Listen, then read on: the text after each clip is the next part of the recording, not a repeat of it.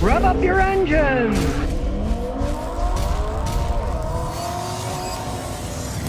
Well, the English are learning. They're starting to put the brake on electric car production because guess what? People are saying they're too expensive and they're not buying them. And this is a country that says, oh, we're going to be all electric soon in the future, right? Well, I've been to England, and let me tell you, a lot of the people are peed off at their own government. They said, first they told us, oh, we can rely on the trains. They're all like, oh, well, we'll take the trains from the villages to the cities. Great. And then what did they do? Well, there's not a profit in those little lines, so we'll shut them all down, take the tracks up, right? Make hiking paths out of it, and then the people don't have the trains. And then they tell them, well, get diesels. Diesels get better gas mileage. Now, diesels pollute too much now. You don't drive diesels anymore. They keep giving them this advice, screwing everything up, and they think they're going to get them to buy electric cars. Well, guess what? That, at least, is somewhat of a capitalistic enterprise. You got to sell the electric cars to people, and guess what? They're not buying them. By 2025, they said they're going to be making 360,000 electric vehicles that they sell, right? Now they're saying it's going to be 280,000. Of course, this is projected 2025.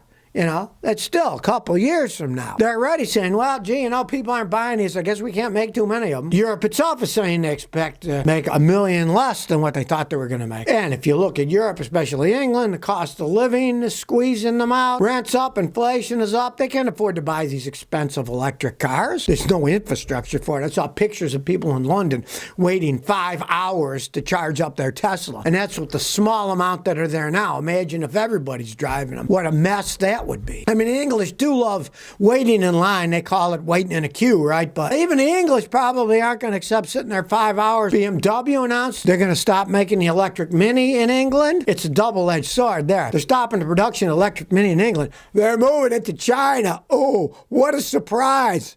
What a surprise. And of course, to top it all off, since last May, the cost of charging your electric car has risen 60%. So it costs you 60% more to charge a car in England than they did in May. And we're only talking about June, July, August, September, October, November, December. So 7 months later, it costs 60% more to charge it up. And that's probably just the tip of the iceberg. It'll just keep getting higher and higher and higher. You can't predict future costs by present costs. Oh, it's cheap to charge up electric cars. Hey, not if everybody has them. Price of electricity will start going up. Demand. More demand, they'll charge more for it. It's not like you're going to be generating your own electricity. You're going to be buying that stuff, right? So even the English are finding that electric cars, maybe not such a smart idea after all. Suresh says, I got a Mitsubishi with EGR malfunction. I want to fix it. Please help me. All right, well, first thing you want to do is just go to where the EGR valve is and take it off. You take it off. A lot of times they'll carbon up and they'll stick, and you can get some good carbon cleaner, clean it, and then they work again. Great.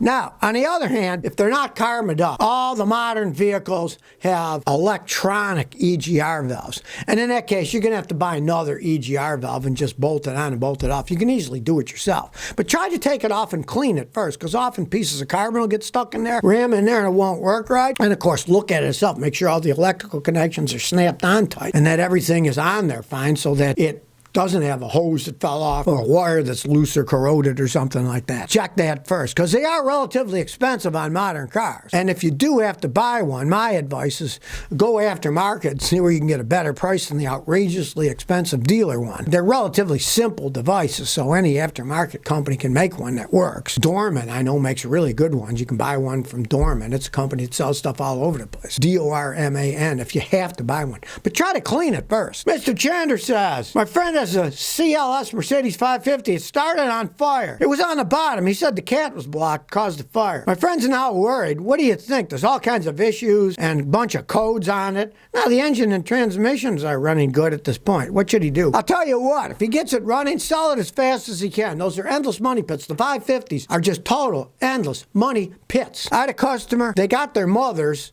free. Their mother originally paid a ton of money for that vehicle. Drove it for a couple of years, cost a fortune, and he was lucky to get $2,500 for the car when he finally sold it. If he can get anywhere near what he paid for it, sell it. Those are endless money pits.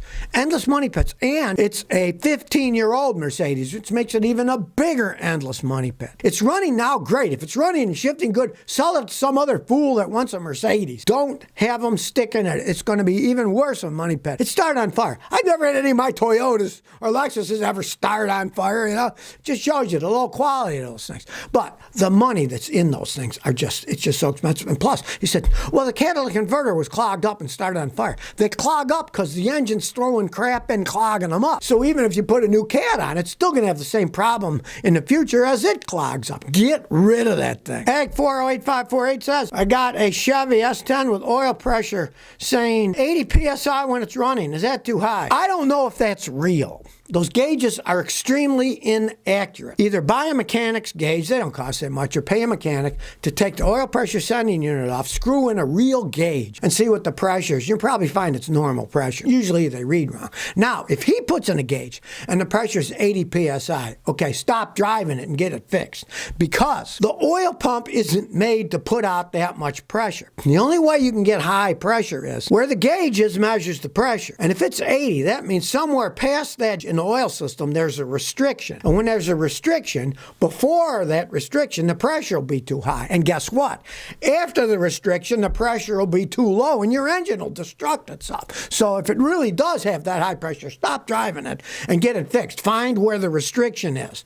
But like I say, if you get a gauge, stick it on there, you'll probably find out it's normal, in which case just get another sending unit. If that doesn't fix it, you'd have to replace the gauge. But if it isn't, you got a big problem with the restriction. Fix it. Don't drive it anymore. Reyes Jose says, how do I find an oil leak? I got a Cadillac with the 307 and I can't tell if the oil pan is leaking or the rear main seal. I put oil leak dye in. All right, okay, well you put the leak dye in, so you know it's leaking there somewhere, right? The rear main seal is on the back of the engine, between the engine and the transmission. The only place it can leak out are the little gap between the engine and the transmission. There's little holes there to drain water and stuff that gets in. So what you want to do is wipe the oil pan off and wipe the transmission and the engine where they're bolted together. Then drive it again, just a short distance. Then take it back, get your UV light, and look at it. And if it's the rear main seal, you'll see the part between the engine and transmission has most of the glowing dye. And that the oil pan, clean, it won't have the dye. You got to clean it off first. Clean the dye you already put on off of everything. But just drive it a short while, and you'll be able to figure out where it's coming from. If it's the oil pan will be all glowy. And if it's not, it'll be the gap between the engine and the transmission. Clean it off, drive it a short distance, jack it up, and then check. And you'll be able to tell where it's coming from.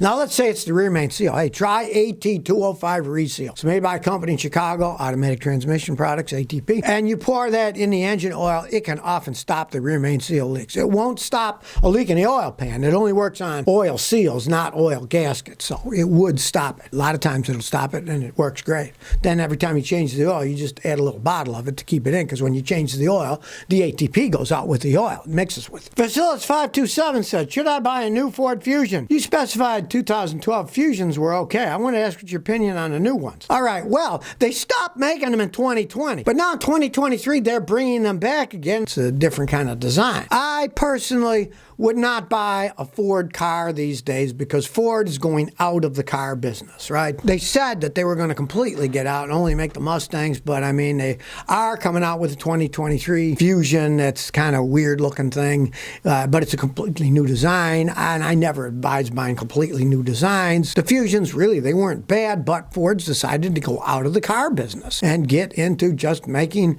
trucks and SUVs, and the Mustang, that's their, flagship show-off car. And then the Mustang Mach-E, that has nothing to do with the Mustang. It's an electric SUV. They just stole the name and put it on it, right? So I probably wouldn't buy a late model Fusion, especially the brand new one. It's a new design. And the other ones, they don't make them anymore. It's not good to buy a car they don't make anymore, unless you get a phenomenal deal. I mean, let's say you found a 2019 Fusion at a real cheap price and it ran okay, why not? But I wouldn't go out of my way to find one because they don't make them anymore. The new ones are a different design, and Ford's kind of getting out of the car business anyways. Now, here's one that really going to get you mad. Got me mad too. Mr. Jarwo got himself one of those little EcoBoost 4-cylinder turbo Mustangs, right? Bought at a Ford dealer, and he paid a bunch of money for this extended warranty. So the engine's going out. He takes it to Ford, and as he says, Scotty, I'm reaching out. After debating the issue with Ford and the dealer, I'm told there's nothing they can do about replacing my engine. They said I need a new engine, and since it had been modified, the warranty will not pay for it. So I'm going to have to pay for it, and after it's fixed, I'm going to go to Ford and cancel the extended warranty. And I only put 25,000 miles on this Mustang. So he buys a used Mustang.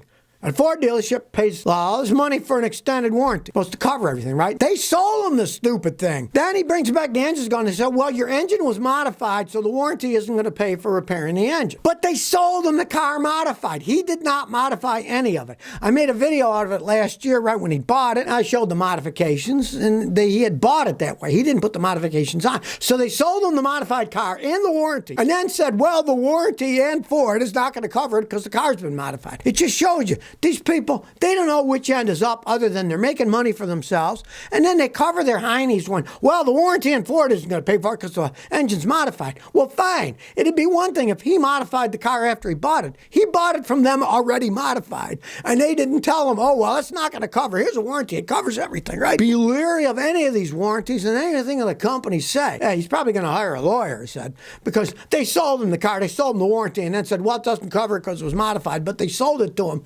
as it was modified before he bought it. So it wasn't like he bought it, modified it, and blew the engine. They sold it already modified. So just shows you what scumbags are out there these days. So if you never want to miss another one of my new car repair videos, remember to ring that bell.